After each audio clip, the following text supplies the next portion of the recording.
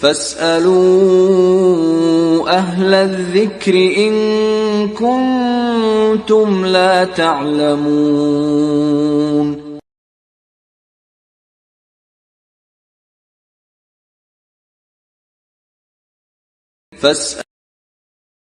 فاسألوا أهل الذكر إن كنتم لا تعلمون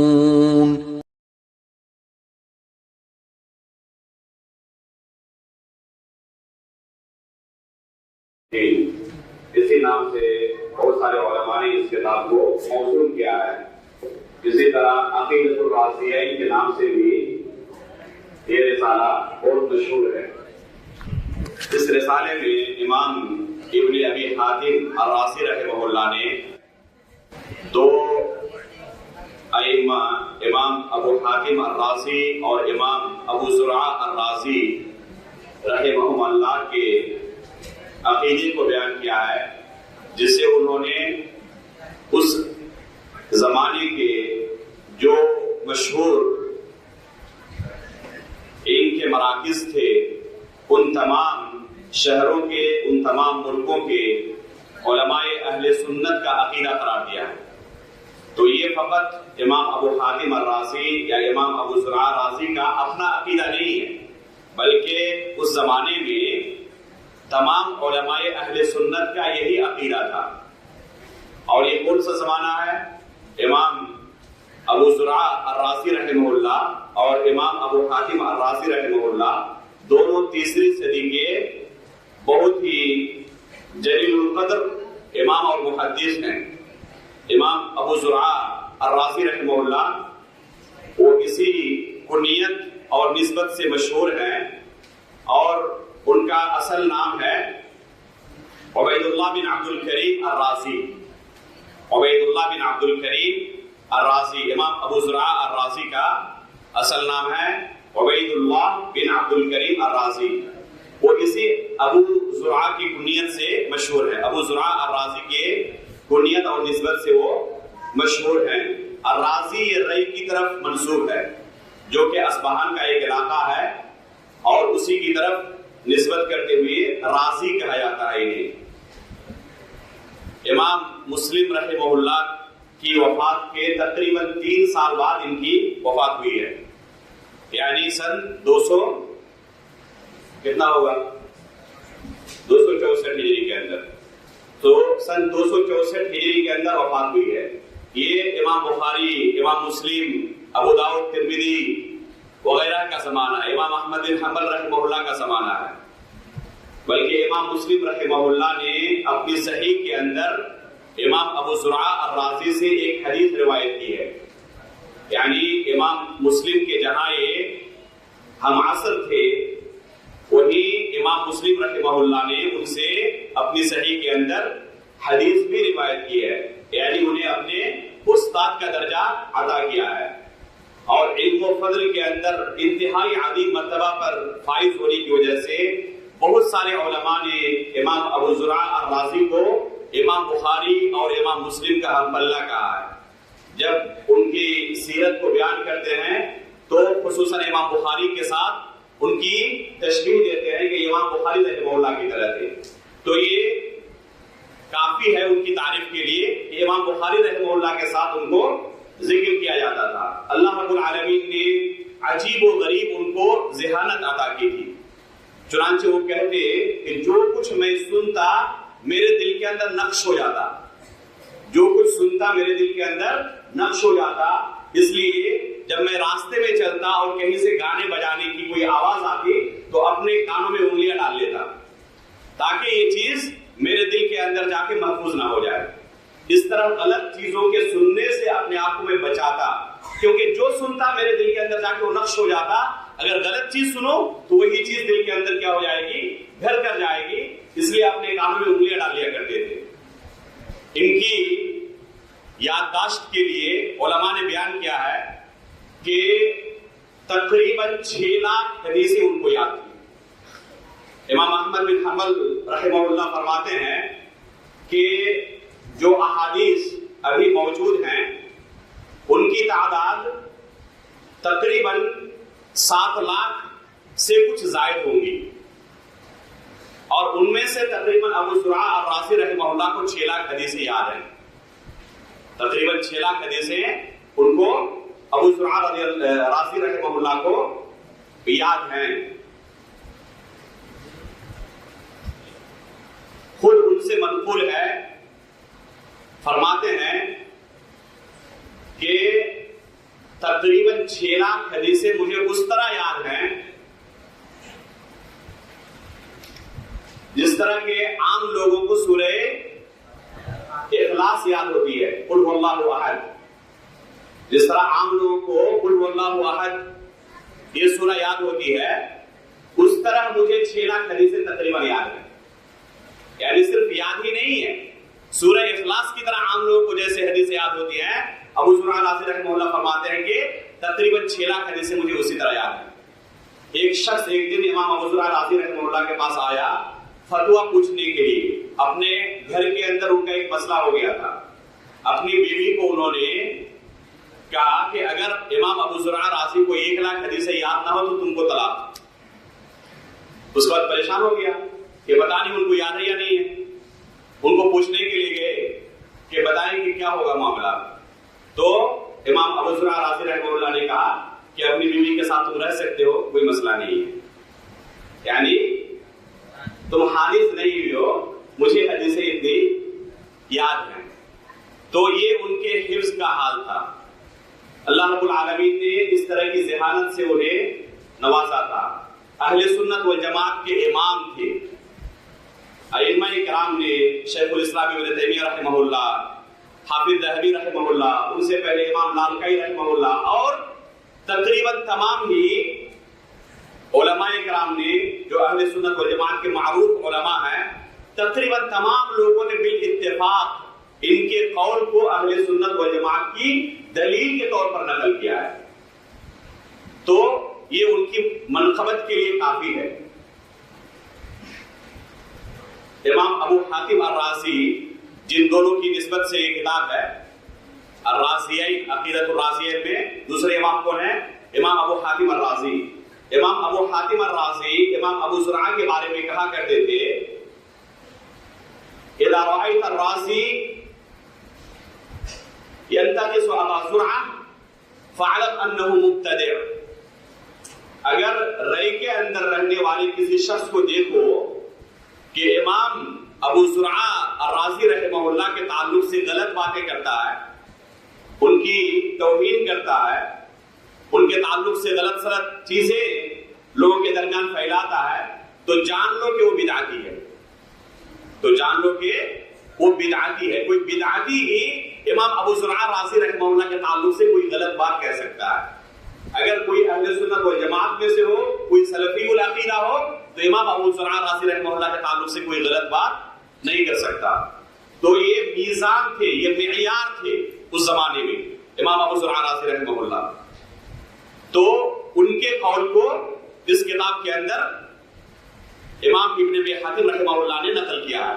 اسی طرح اپنے والد محترم امام ابو حاتم الرازی رحمہ اللہ کے قول کو اس کتاب کے اندر ان کے لڑکے عبد الرحمن نے نقل کیا ہے۔ امام ابو حاتم الرازی رحمہ اللہ کا نام محمد بن ادریس ہے، یعنی امام شافعی رحمہ اللہ کا بھی نام ہے، محمد بن ادریس امام شافعی رحمہ اللہ کا بھی نام ہے۔ تو امام ابو حاتم الرازی رحمہ اللہ کا نام یاد رکھنے کے لیے ایک آسان سا طریقہ ہے کہ امام شافعی کا نام یاد رکھے تو ان کا نام بھی آپ کو یاد ہو جائے گا۔ ابو حاتم الرازی اس کنیت سے اور نسبت سے وہ معروف ہیں۔ ابو حاتم الرازی کی کنیت اور نسبت سے یہ اہل علم کے درمیان معروف ہیں۔ البتہ اسی زمانے میں اسی علاقے میں ایک اور شخص تھے، احمد ابن حمدان جن کا نام تھا، ان کی بھی کنیت ابو حاتم تھی۔ احمد ابن حمدان اسی علاقے کے رہنے والے تھے، رئی کی، اسی زمانے میں احمد ابن حمدان، ان کی کنیت کیا تھی؟ ابو حاتم تھی، اس لیے ان کو بھی ابو حاتم الرازی کہا جاتا تھا۔ اس وجہ سے بعض لوگوں کو التباس ہو گیا ہے کہ یہ ابو حاتم الرازی رحمہ اللہ اہل سنت کے نہیں بلکہ شیعوں کے امام ہیں، نعوذ باللہ من ذالک۔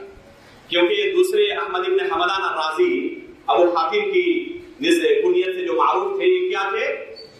یہ شیعہ تھے، اور ان کی کچھ کتابیں بھی ہیں اہل سنت والجماعت کے رد میں اور شیعیت کی نشر و اشاعت میں.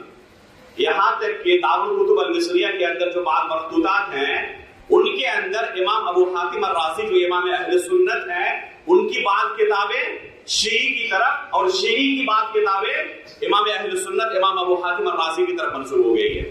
تو اس طرح نام کے اندر اور کنیت کے اندر یا نسبت وغیرہ کے اندر اگر مشابہت ہو تو بسا اوقات بڑی پریشانی ہو جاتی ہے.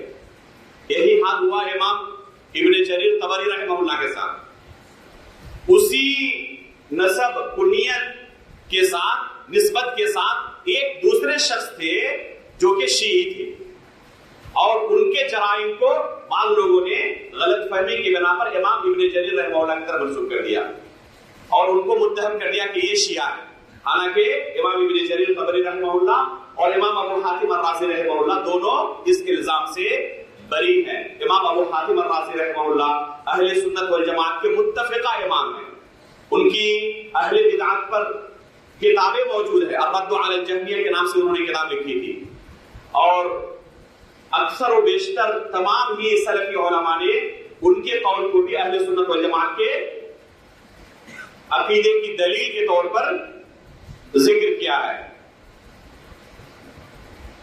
تو یہ امام ابو حاتم رازی رحمہ اللہ تھے. علم و فضل کے اندر یہ امام ابو زرع رازی سے کم نہیں تھے. امام جرح و تعدیل، دونوں کے دونوں امام جرح و تعدیل تھے، اپنے زمانے کے مشہور امام تھے.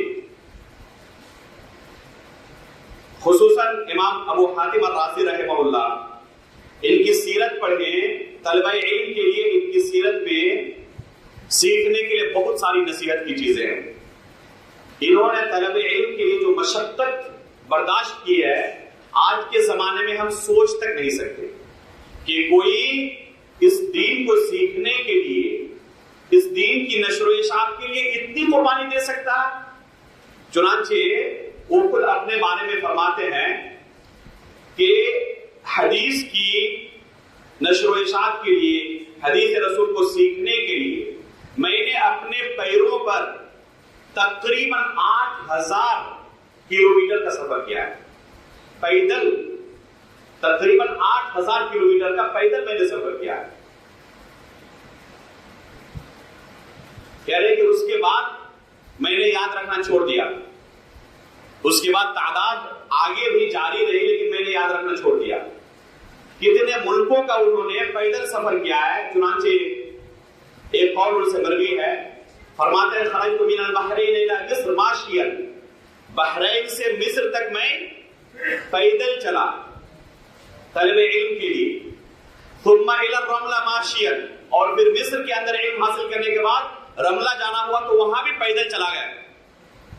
اس کے بعد فرماتے ہیں ثم الی دمشق ثم الی انطاکیہ، اس کے بعد دمشق گیا، پھر انطاکیہ گیا، پھر ترسوس گیا، اور پھر حمص واپس آیا، ملک شام کے اندر جو شہر ہے، اور اس کے بعد پھر رقہ گیا.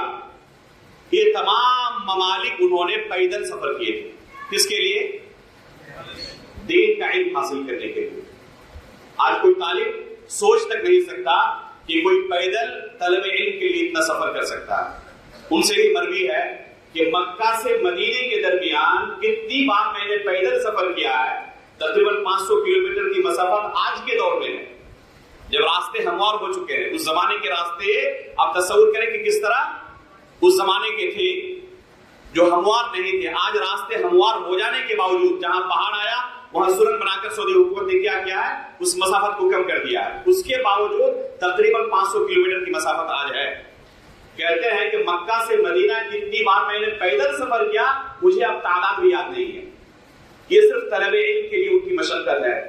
اس لیے آج اگر ہمیں اس علم کے حاصل کرنے کے لیے کچھ قربانی دینی پڑتی ہے تو یہ سلف صالحین کی قربانی کے بالمقابل انتہائی کم ہے. انتہائی کم ہے. اس کے بعد بھی ہم اگر سوچیں کہ ہم نے بہت زیادہ کچھ قربان کر دیا تو حقیقت میں سلف صالحین کی سیرت سے عدم واقفیت کی دلیل ہے، لا علمی کی دلیل ہے.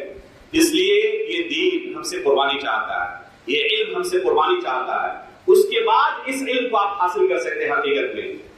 تو ان دونوں ائمہ کرام سے ان کے امام ابو حاتم الرازی کے لڑکے امام عبد الرحمن نے اس کتاب کو نقل کیا ہے.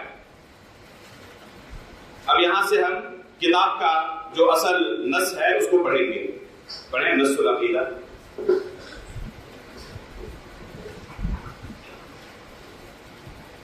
بسم الله الرحمن الرحيم. غفر الله لنا ولشيخنا ولوالدينا وللمسلمين. نص العقيدة. قال عبد الرحمن بن أبي حاتم: سألت أبي وأبا زرعة عن مذاهب أهل السنة في أصول الدين وما أدرك عليه العلماء في جميع الأمصار وما يعتقدان من ذلك. فقال: أدركنا العلماء في جميع الأمصار حجازا وعراقا ومصرا وشاما ويمنا، فكان من مذهبهم أن الإيمان قول وعمل يزيد وينقص والقرآن كلام الله. بارک اللہ فیک. امام ابن ابی حاتم فرماتے ہیں سألت ابی و ابا زرعہ عن مذاہب اہل السنہ في أصول الدين وما أدرك عليه العلماء في جميع الأمصار وما يعتقدان من ذلك. امام ابن ابی حاتم فرماتے ہیں کہ میں نے اپنے والد اور ابو زرعہ الرازی رحمہ اللہ سے اہل سنت والجماعت کا مذہب پوچھا کہ اصول دین کے متعلق، دین کے اصول کے متعلق ان دونوں اہل سنت والجماعت کا کیا مذہب ہے، اہل سنت والجماعت کا کیا منہج ہے، کیا ان کا عقیدہ ہے، کیا نظریہ ہے، کیا موقف ہے. تو ان دونوں نے کہا اسی طرح وما ادرک علیہ العلماء فی جمیع الامصار، اس زمانے میں تمام ملکوں کے اندر، تمام شہروں کے اندر جو بھی علم کے مراکز تھے، ان تمام مراکز میں تمام علماء اہل سنت کا کیا عقیدہ تھا، میں نے اپنے والد ابو حاتم سے اور ابو زرعہ الرازی رحمہ اللہ سے ان دونوں سے پوچھا. وما يعتقدان من ذلك، اور خود ان دونوں کا اپنا عقیدہ کیا تھا اس بارے میں نے ان دونوں سے پوچھا. فقال، تو ان دونوں نے مجھے بے اتفاق یہی جواب دیا ادرکنا العلماء فی جمیع الامصار، کہ تمام شہروں کے اندر ہم نے علماء کو اسی عقیدے پر پایا ہے. کون سے شہر مراد ہیں؟ فرماتے ہیں حجاز کے اندر، عراق کے اندر، مصر کے اندر، شام کے اندر، یمن کے اندر. یہ مشہور شہر ہے. جتنے بھی علم کے مراکز تھے جہاں پر علماء رہتے تھے، تمام علماء اہل سنت کو ہم نے اسی عقیدے پر پایا. فَكَانَ مِن مَذْهَبِهِمْ أَنَّ الْإِيمَانَ قَوْلٌ وَعَمَلٌ يَزِيدُ وَيَنْقُصُ. تو ان تمام علماء کا مذہب یہ تھا کہ تمام علماء یہ کہتے تھے کہ ان الایمان قول وعمل، ایمان قول اور عمل کا نام ہے. یزید و ینقص، اور اس کے اندر زیادتی بھی ہوتی ہے، کمی بھی ہوتی ہے. یہاں سے اب ابن ابی حاتم الرازی رحمہ اللہ اپنے والد اور ابو زرعہ رازی رحمہ اللہ سے اہل سنت و جماعت کا عقیدہ نقل کر رہے ہیں. یہ تمام علماء اہل سنت کا بے اتفاق عقیدہ کیا تھا؟ الایمان قول و عمل سے ان کا عقیدہ ہم نقل کرنا شروع کر رہے ہیں. یہاں سے آگے جو بھی انہوں نے علماء اہل سنت کا عقیدہ نقل کیا ہے، ان تمام عقائد کے اندر آپ ایک چیز ضرور محسوس کریں گے کہ انہوں نے اس زمانے میں اہل بدعت سے جن مسائل میں اہل سنت والجماعت کا اختلاف تھا، جن مسائل میں اہل سنت والجماعت کے ساتھ اہل بدعت کا اختلاف تھا، نزاع چل رہا تھا، ان مسائل کو بیان کیا ہے. یعنی جو مسائل یہاں سے بیان کرنا شروع کر رہے ہیں، ان مسائل کے اندر اہل بدعت پر رد کرنا اصل ان کا مقصود ہے. اہل سنت کا عقیدہ بیان کرنے کے ساتھ ساتھ اہل بدعت پر رد کرنا مقصود ہے، جو اس زمانے کے اہل بدعت کے اندر یہ بدعتیں موجود تھی. تو ہمیں اس زمانے کے اہل بدعت کے اندر کیا بدعتیں موجود تھی، ان اقوال کی روشنی میں جاننے کی بھی ضرورت ہے. چنانچہ کیا فرماتے ہیں؟ ان الایمان قول وعمل، ایمان کس کو کہتے ہیں؟ ایمان قول اور عمل کا نام ہے. قول وعمل، یہی بات امام بخاری رحمہ اللہ نے بھی اپنی صحیح کے شروع میں، کتاب الایمان کے شروع میں کہا ہے الایمان قول وعمل یزید وینقص، کہ ایمان قول و عمل کا نام ہے اور اس کے اندر زیادتی بھی ہوتی ہے، کمی بھی ہوتی ہے. تو ایمان قول و عمل کا نام ہے. خود امام بخاری رحمہ اللہ فرماتے ہیں اپنے بارے میں کہ میں نے 1080 اساتذہ سے علم حاصل کیا ہے، اور ان تمام کا عقیدہ یہ تھا الایمان قول و عمل یزید و ینقص، کہ ایمان قول و عمل کا نام ہے اور اس کے اندر کمی بھی ہوتی ہے، زیادتی بھی ہوتی ہے۔ تو اس زمانے کے تمام علماء اہل سنت کا یہ بالاجماع عقیدہ تھا۔ اہل بدعت صرف اس عقیدے کو نہیں رکھتے تھے، اور علماء اہل سنت یہ کہہ کر اہل بدعت پر رد کرتے تھے جن کا یہ عقیدہ نہیں تھا۔ چنانچہ اہل سنت و جماعت کا عقیدہ کیا ہے؟ ایمان قول و عمل کا نام ہے۔ الایمان قول یعنی قول القلب واللسان۔ قول سے مراد کیا ہے؟ قول القلب واللسان، دل اور زبان کے قول کا نام ہے۔ زبان سے نطق ضروری ہے۔ کون سا نطق؟ جو دل کے اندر عقیدہ ہو۔ دل کے اندر جو عقیدہ ہے وہ زبان سے ادا کرنا ضروری ہے۔ سفیان بن عبداللہ الثقفی رضی اللہ تعالیٰ عنہ اللہ کے رسول صلی اللہ علیہ وسلم سے فرماتے ہیں کہ اللہ کے رسول ہمیں اسلام کے اندر کوئی ایسی چیز سکھا دے آپ کے بعد ہمیں کسی کو سوال کرنے کی ضرورت نہ پڑے۔ اللہ کے رسول کیا فرماتے ہیں؟ قل آمنت باللہ ثم استقم یا فاستقم، بعض روایتوں میں۔ تو اللہ کے رسول نے کیا فرمایا؟ قل آمنت باللہ، یہ آمنت باللہ زبان سے ادا کرنا۔ اللہ کے رسول نے قل کہا کہ کہو، تم ادا کرو زبان سے۔ تو جو دل کے اندر عقیدہ ہے کہ میں اللہ رب العالمین پر ایمان رکھتا ہوں، اسے زبان سے ادا بھی کرنا ہے۔ اللہ کے رسول کفار مکہ کو کیا کہتے تھے؟ قولوا لا الہ الا اللہ تفلحوا، تم لا الہ الا اللہ کا اقرار کرو، زبان سے ادا کرو، کامیاب ہو جاؤ گے۔ تو زبان سے ادا کرنا ضروری ہے، اور دل کے اندر زبان سے جو ادا کر رہا ہے اس کی موافقت ہو، مخالفت نہ ہو۔ ایسا نہ ہو کہ زبان سے تو کہہ رہا ہے کہ میں اللہ اور اس کے رسول پر ایمان لاتا ہوں، لیکن دل کے اندر اس کی مخالفت ہو۔ اللہ اور اس کے رسول پر حقیقت میں اس کے دل نے ایمان نہ لایا ہو تو ایسا شخص مومن نہیں ہو سکتا۔ اسی طرح قول و عمل کا، تو یہ قول ہوا، عمل یعنی عمل القلب والجوارح۔ عمل سے مراد کیا ہے؟ عمل القلب والجوارح، دل کے بہت سارے اعمال ہوتے ہیں، وہ تمام اعمال ایمان کے اندر داخل ہیں۔ اسی طرح اعضاء و جوارح کے بہت سارے اعمال ہوتے ہیں، یہ تمام اعمال ایمان کے اندر داخل ہیں۔ دل کا عمل جیسے، جی بتائیں، دل کا عمل کیا ہوتا ہے؟ جیسے خشیت ہے، جیسے محبت ہے، امید ہے، خوف ہے، توکل ہے، انابت ہے، استغاثہ ہے، استعاذہ ہے، حالانکہ وہ زبان سے بھی لیکن دل کے ساتھ اس کا گہرا تعلق ہے۔ تو یہ تمام اعمال، ان کا تعلق کس سے ہے؟ دل سے ہے۔ تو دل کے بھی اعمال ہوتے ہیں، ان اعمال پر ایک بندے کو اجر بھی ملے گا، اور اگر اس کا عقیدہ اہل سنت والجماعت کے عقیدے کے موافق نہ ہوا، یعنی اسلام کا جو عقیدہ ہے اس کے موافق نہ ہوا، تو گناہ بھی اسے ملے گا۔ تو دل کا بھی اپنا عمل ہوتا ہے، اللہ پر توکل نہ کر کے کسی دوسرے پر توکل کرے، اس کی محبت اللہ کے ساتھ نہ ہو، غیر اللہ کے ساتھ ہو، اور غیر اللہ کی محبت پہ نظر و نیاز چڑھائے، تو دل کے اس عمل پر بھی بندے کا مواخذہ ہوگا۔ تو عمل سے مراد عمل القلب والجوارح، اعضاء و جوارح کے عمل کو بھی ایمان کے اندر اہل سنت والجماعت نے داخل مانا ہے۔ یہ اہل سنت والجماعت کا متفق عقیدہ ہے کہ عمل یہ ایمان کے اندر داخل ہے۔ اسی طرح یزید و ینقص، اس کے اندر زیادتی بھی ہوتی ہے، کمی بھی ہوتی ہے۔ یہ ایمان ہمیشہ ایک درجے پر نہیں رہتا۔ مشہور حدیث ہے حنظلہ رضی اللہ تعالی عنہ کا عمل، ایک حدیث کے اندر مذکور ہے، اللہ کے رسول صلی اللہ علیہ وسلم نے اپنی مجلس سے اس جلیل القدر صحابی کو غائب دیکھا، پوچھا کہ حنظلہ کہاں ہے؟ ابو بکر صدیق رضی اللہ تعالیٰ عنہ کی ملاقات ہو گئی راستے میں، ان سے کہا کہ اللہ کے رسول آپ کو یاد کر رہے تھے، بہت دنوں سے آپ مجلس میں نظر نہیں آ رہے ہیں۔ تو جواب میں کیا فرمانا ہے؟ نافق حنظلہ، حنظلہ تو منافق ہو چکا ہے۔ اللہ اکبر، ابو بکر صدیق گھبرا گئے کہ کیوں ایسی بات آپ کر رہے ہیں؟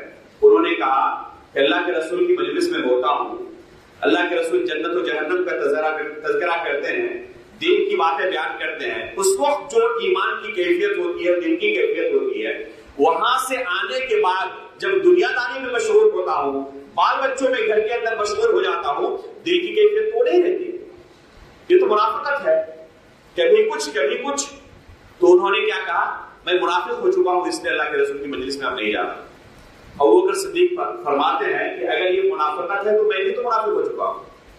اللہ اکبر. اب غور کریں، امت کے اندر سب سے افضل شخص ابوبکر صدیق رضی اللہ تعالیٰ عنہ، وہ اپنے نفس کے اوپر نفاق کا خوف کر رہے ہیں کہ کہیں میں منافق تو نہیں ہو گیا. صحابی رسول حنظلہ رضی اللہ تعالیٰ عنہ اللہ کے رسول کی مجلس سے غائب رہتے ہیں، یہ ڈر پیدا ہونے کی وجہ سے کہ کہیں میں منافق ہو گیا ہوں.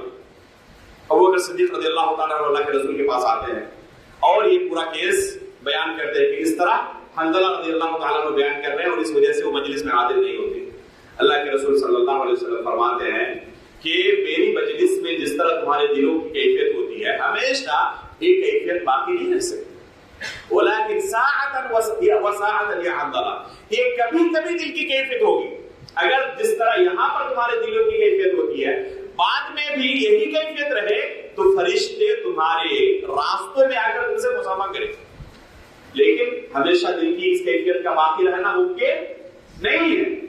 تو یہ حدیث بالکل واضح ہے کہ ایمان کے اندر کمی اور زیادتی ہوتی ہے.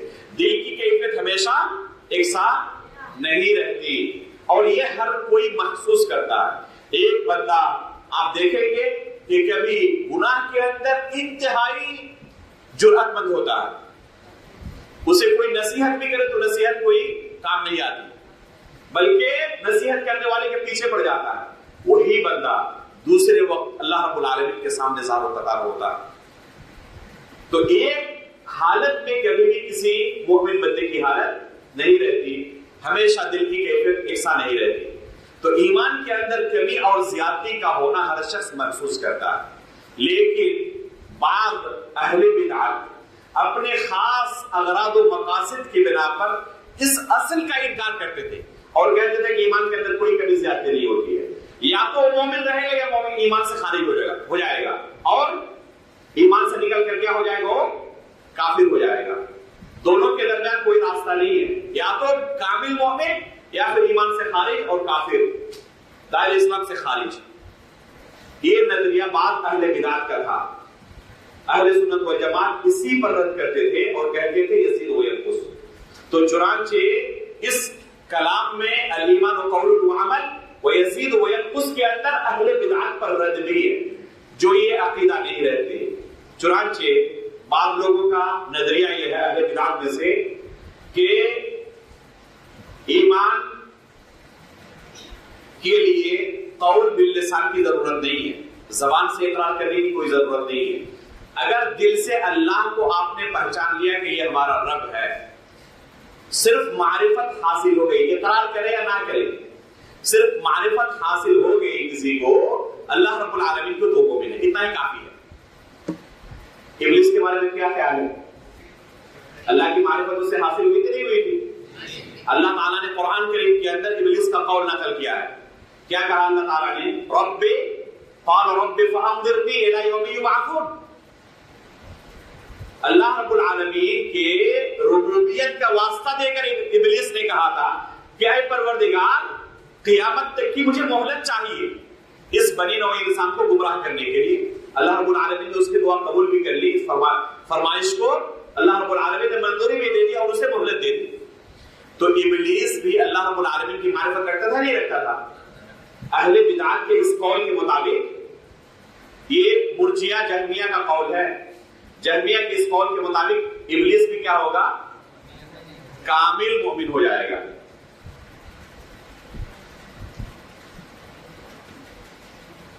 تو الایمان قول و عمل، دل سے اقرار کرنا ہے، زبان سے بھی اقرار کرنا ہے. بعض لوگ کہتے تھے اہل بدعت میں سے کہ زبان سے صرف اقرار کرنے کے اچھے دل اس کے مطابق نہ رہے کافی ہے، وہ بھی مومن ہے. نعوذ باللہ من ذالک. یہی کرامیہ کا قول تھا. ایک باطل فرقہ کرامیہ کا ظہور ہوا جو یہ کہا کرتے تھے کہ زبان سے اگر کسی نے اقرار کر لیا گرچہ دل کے اندر اس کی موافقت نہ ہو، دل سے کافر ہے، زبان سے اقرار کر رہا ہے کافر ہے، وہ کامل مومن ہے. منافقین کے بارے میں کیا خیال ہے؟ اس قول کی بنا پر وہ بھی مومن ہو جائیں گے نہیں ہو جائیں گے؟ تو اگر کوئی صرف غور کر لے تو اس قول کے بطلان کے لیے کافی ہے.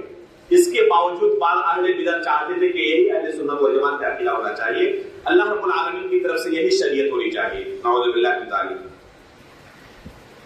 تو ایمان و قول و عمل کے اندر ان باطل فرقوں پر رد ہے. اسی طرح یزید و ینقص جو کہا ہے یہ معتزلہ پر رد ہے، جو ایمان کے اندر کمی اور زیادتی کے منکر تھے. چنانچہ کہتے تھے کہ ایمان ایسی چیز نہیں کہ وہ کمی اور زیادتی کو قبول کر سکے، یا تو وہ مومن ہوگا یا ایمان سے خارج ہو جائے گا.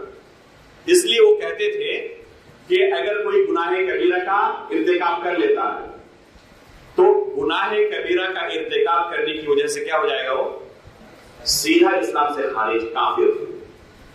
اور جب کافر ہو گیا تو وہ مرتد مانا جائے گا. اور خوارج اور معتزلہ دونوں کا ایک قول ہے. معتزلہ یہ کافر نہیں کہتے، معتزلہ کہتے ہیں کہ ابھی ایمان سے خارج ہوگا لیکن کفر اور ایمان کے درمیان رہے گا. لیکن یزید و ینقص کے اندر ان کے اوپر بھی رد ہے، معتزلہ پر بھی رد ہے، خوارج پر بھی رد ہے. خوارج کا یہ عقیدہ ہے کہ ایمان سے خارج ہونے کے بعد وہ کیا ہو جائے گا؟ کافر ہو جائے گا. اور معتزلہ کیا کہتے ہیں؟ ایمان سے خارج تو ہو جائے گا لیکن کافر نہیں ہوگا. پھر کیا رہے گا؟ منزلۃ بین منزلتین، دونوں کے درمیان رہے گا، نہ مومن نہ کافر، درمیانی مقام پر رہے گا. آج کچھ لوگ کیا کہتے ہیں کہ اعتدال کا معنی یہ ہے کہ بیچوں بیچ رہو. بیچوں بیچ رہنے کا معنی یہ ہے کہ تم معتدل ہو، اور اگر کسی ایک طرف ہوئے تو یا تو متساہل شمار کیے جاؤ گے یا متشدد شمار کیے جاؤ گے. اس لیے ان لوگوں کو چاہیے کہ پہلا انعام کس بچے کو دے جس کا نمبر بیچ کا آیا. پہلی پوچھنا ہے اس کو دے، یہ معتدل ہے. کوئی مانے گا اس کو معتدل؟ تو اصل یہ اعتدال کیا ہے؟ جو کتاب و سنت کی دلیل کے موافق ہو یہ اعتدال ہے. تو اگر اس کو اعتدال مان لیا جائے تو معتزلہ کا یہ عقیدہ بھی اعتدال پر مبنی ہوگا. ہوگا یا نہیں ہوگا؟ معتزلہ کا یہ عقیدہ منزلۃ بین منزلتین یہ بھی اعتدال پر مبنی ہوگا، لیکن یہ باطل اعتدال ہے.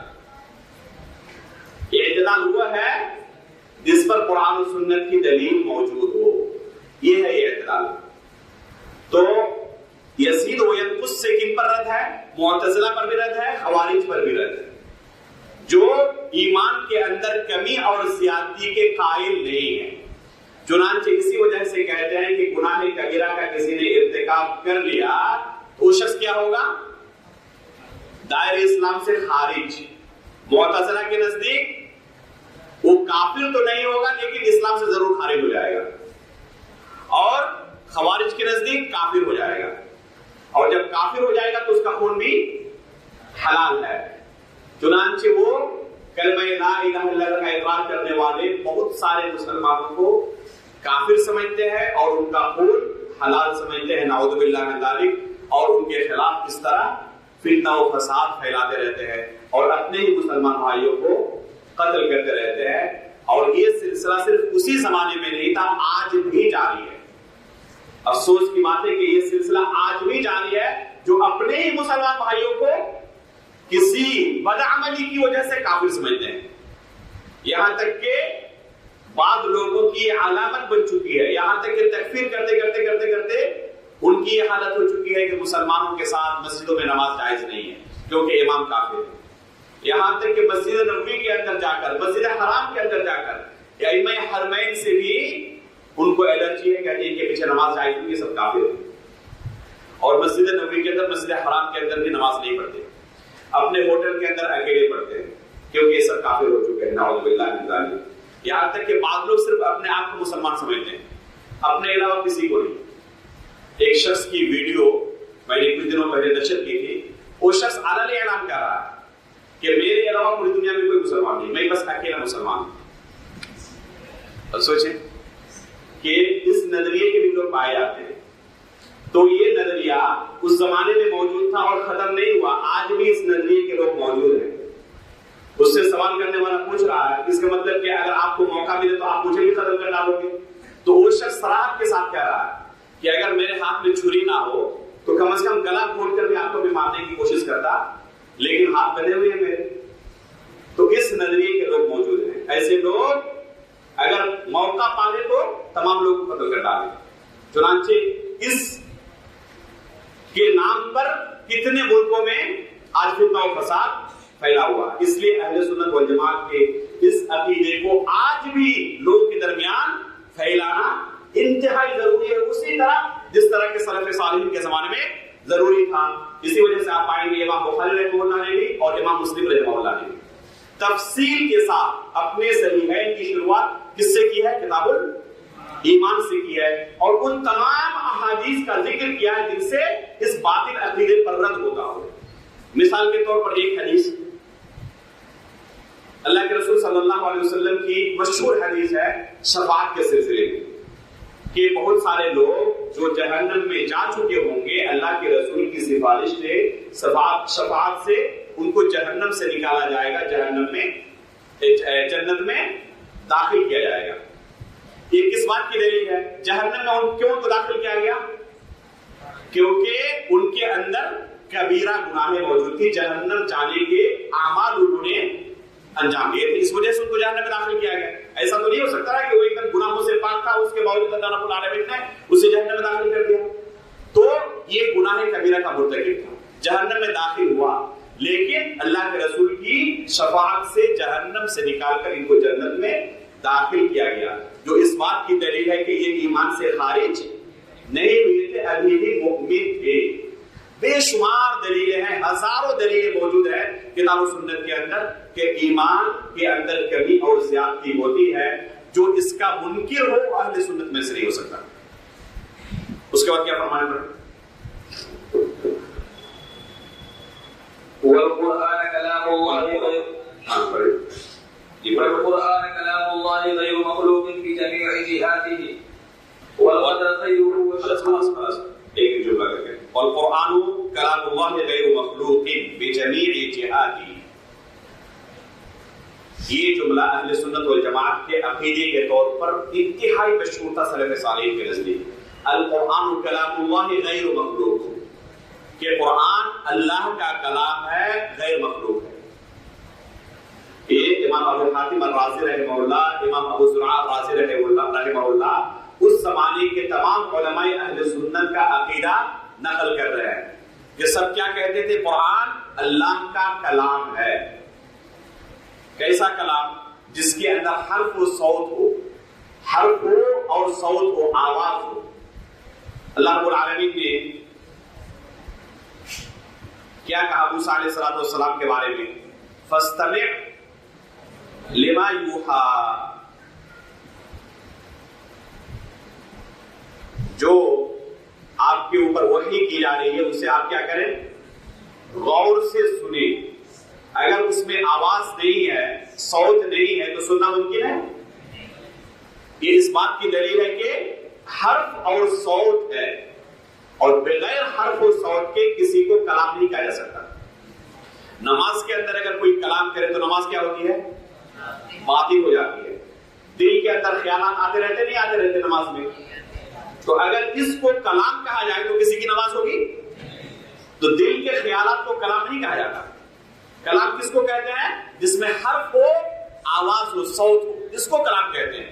دل کے خیالات کو کلام نہیں کہا جاتا, جس کو کلام نفسی بعض لوگ کہتے ہیں. بعض اہل بدعت کیا کہتے ہیں کہ کلام جو اللہ رب العالمین کا ہے وہ حقیقی کلام نہیں, کلام نفسی ہے. اگر کلام نفسی ہوتا تو اس کو کلام کہا جاتا. کلام نفسی کو کلام حقیقت میں کہا ہی نہیں جاتا. اور قرآن یہ اللہ کا کلام ہے. وَكَلَّمَ اللَّهُ مُوسَىٰ تَكْلِيمًا, اللہ رب العالمین نے کیا کہا؟ اللہ رب العالمین نے موسیٰ علیہ السلام سے کلام کیا. تو کلام کرنا اللہ رب العالمین کا, اللہ رب العالمین کی صفت ہے. تو یہ قرآن کیا ہے؟ قرآن اللہ کا کلام ہے, اور اس کے لیے حرف و صوت ہے. امام سجزی رحمہ اللہ نے اہل زبید کی طرف ایک رسالہ لکھا تھا. کس چیز کے بیان میں؟ پھر رد علی من انکر الحرف والصوت. ایک کتاب چھپی ہوئی ہے اور بہت ہی اہم کتاب ہے اس مسئلے کے لیے. اگر کوئی صفت کلام کے مسئلے کو سمجھنا چاہے تو اس رسالے کو ضرور پڑھے. رسالۃ السجزی الى اہل زبیر فی الرد علی من انکر الحرف والصوت. تفصیل کے ساتھ امام سجزی رحمہ اللہ نے دلائل کا ذکر کیا ہے، اہل سنت کے دلائل کا جو حرف اور صوت کا انکار کرتے ہیں. اسی طرح شیخ الاسلام ابن تیمیہ رحمہ اللہ نے التسعینیہ کے نام سے ایک کتاب لکھی ہے جس میں 1 2 نہیں 90 دلائل کا ذکر کیا ہے اشاعرہ کے رد میں جو اللہ رب العالمین کے کلام کی تعویل کرتے ہیں، اللہ رب العالمین کے کلام کا اقرار نہیں کرتے.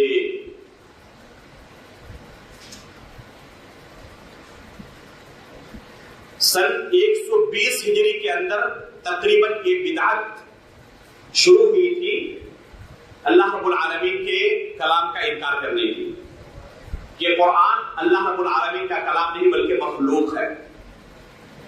سب سے پہلے جس نے اس عقیدے کا پرچار کیا تھا وہ جعد بن درہم تھا.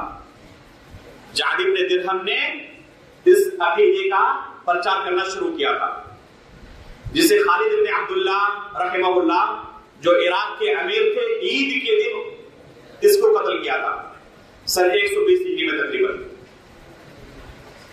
اس کے بعد جہل بن صفوان نے اس عقیدے کا پرچار کرنا شروع کیا،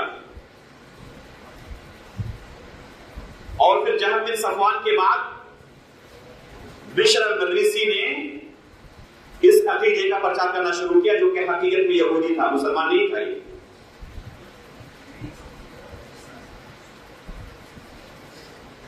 لیکن کتاب و سنت کا علم رکھتا تھا اور اسی وجہ سے لوگوں کو گمراہ کرتا تھا.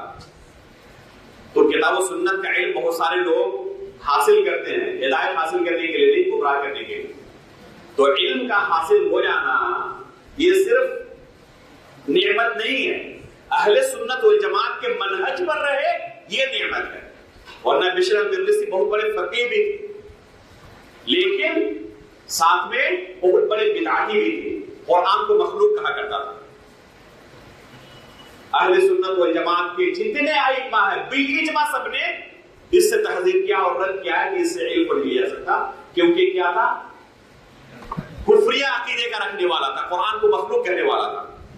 گرچہ اس کے پاس فقہ کا بہت زیادہ علم موجود ہے لیکن اس سے تحذیر کی جائے گی، اس سے ذرہ برابر بھی کسی باب میں استفادہ نہیں کیا جائے گا. تو یہی اہل سنت و جماعت کا ہمیشہ منہج رہا ہے. اس کے بعد امام احمد بن حنبل رحمہ اللہ کے زمانے میں یہ فتنے کی شکل اختیار کر گیا تھا. جو اسلامی مراکز تھے، علم کے مراکز تھے خصوصاً بغداد کے اندر، اور علماء کا امتحان لیا جانے لگا. اگر کوئی قرآن کو مخلوق تسلیم نہیں کرتا اسے جیل کے اندر ڈال دیا جاتا، اسے سزائیں دی جاتی، یہاں تک کہ قتل تک کر دیا جاتا. امام احمد بن حنبل رحمہ اللہ کو اسی کفریہ عقیدے کے انکار کی وجہ سے کافی سزائیں دی گئی، کافی تکلیفیں دی گئی، لیکن اس کے باوجود انہوں نے اس کفریہ عقیدے کا اقرار نہیں کیا. تو یہ ہے اہل سنت والجماعت کا عقیدہ کہ قرآن کیا ہے؟ اللہ رب العالمین کا کلام ہے، یہ مخلوق نہیں ہے. اگر کوئی قرآن کو مخلوق کہتا ہے تو یہ کفریہ عقیدہ ہے. جس کفریہ عقیدے کے انکار کی وجہ سے ہمارے سلف صالحین کو پیٹھوں پر کوڑے کھانے پڑے تھے اور بہت سارے لوگوں کو قتل تک کیا گیا تھا، جیلوں کے سلاخوں کے اندر بہت سارے لوگوں کو ڈالا گیا تھا. تو یہ کفریہ عقیدہ ہے. اہل سنت و جماعت کا عقیدہ ہے کہ قرآن اللہ کا کلام ہے، مخلوق نہیں ہے. آگے مصنف کیا فرماتے ہیں؟ بجمیع جہاتی. کیا معنی؟ یعنی اس کے حروف، الفاظ، معانی سب کچھ اللہ رب العالمین کی طرف سے. اہل باطل کیا کہتے ہیں، اہل بدعت کیا کہتے ہیں کہ یہ حروف اللہ کی طرف سے نہیں ہے، اللہ رب العالمین نے جبریل علیہ السلام کے دل میں القاء کر دیا تھا اور جبریل علیہ السلام نے اپنے الفاظ میں اللہ کے رسول تک پہنچایا. سمجھ رہے فرق؟ کہتے ہیں کہ یہ قرآن جو ہم پڑھتے ہیں اعوذ باللہ من الشیطان الرجیم الحمدللہ رب العالمین الرحمن الرحیم جو پڑھتے ہیں آپ، یہ اللہ کا کلام نہیں ہے. کیا کہتے ہیں وہ؟ کہ اللہ تعالیٰ نے جبریل علیہ السلام کے دل میں القاء کر دیا تھا اور جبریل علیہ السلام نے اپنے الفاظ میں اللہ کے رسول تک پہنچایا. تو یہ جو الفاظ آپ پڑھ رہے ہیں اللہ رب العالمین کے نہیں، جبریل علیہ السلام کے الفاظ ہے. نعوذ باللہ من ذالک. کچھ لوگ کہتے ہیں کہ جبریل علیہ السلام نے بھی اللہ کے رسول کے دل پر القاء کر دیا تھا اور اللہ کے رسول نے اس معنی کو اپنی طرف سے بیان کیا اپنے الفاظ میں. نعوذ باللہ من ذالک. تو یہ سب کے سب اللہ رب العالمین کے کلام کی تحریف کرنے والے. اہل سنت والجماعت کا کیا عقیدہ؟ بجمیع جہاتہ، تمام جہاد سے یہ اللہ رب العالمین کا ہی کلام ہے، کسی مخلوق کا اس میں کوئی عمل دخل نہیں ہے. حروف اللہ کے، الفاظ اللہ کے، معنی اللہ کے، سب کچھ اللہ کی طرف سے. تو یہ ہے معنی بجمیع جہاتہ کا، کہ کسی بھی طرف سے مخلوق کا اس میں عمل دخل نہیں ہے، اللہ رب العالمین کا کلام ہے، یہ غیر مخلوق ہے. یہی سے ہم آج کے درس کو روکتے ہیں. انشاءاللہ جو آگے کا حصہ ہے اگلے درس میں اسی دن سوموار کے دن انشاءاللہ اگلے ہفتے عشاء کی نماز کے بعد پڑھنا شروع کریں گے. اور انشاءاللہ نماز کے بعد فوراً ہم شروع کریں گے، کوشش کریں گے کہ نماز کے فوراً بعد شروع کر سکیں، اس لیے کہ 10:30 بجے تک تقریباً ہم درس کو ختم کر دیں گے تاکہ طلبا کو جو ہوم ورک وغیرہ ہے کرنے میں کوئی پریشانی نہ ہو. آپ لوگ اب اپنے اپنے کتابوں میں مشغول ہو جائیں، ہوم ورک وغیرہ مشغول ہو جائیں اور وقت کی حفاظت کریں. اللہ رب العالمین اس درس کو مبارک بنائیں. اللہ رب العالمین ہم تمام لوگوں کے میزان حسنات میں سے شمار فرمائیں. سبحانک اللہم و بحمدک، اشہد ان لا الہ الا انت، استغفرک و اتوب الیک.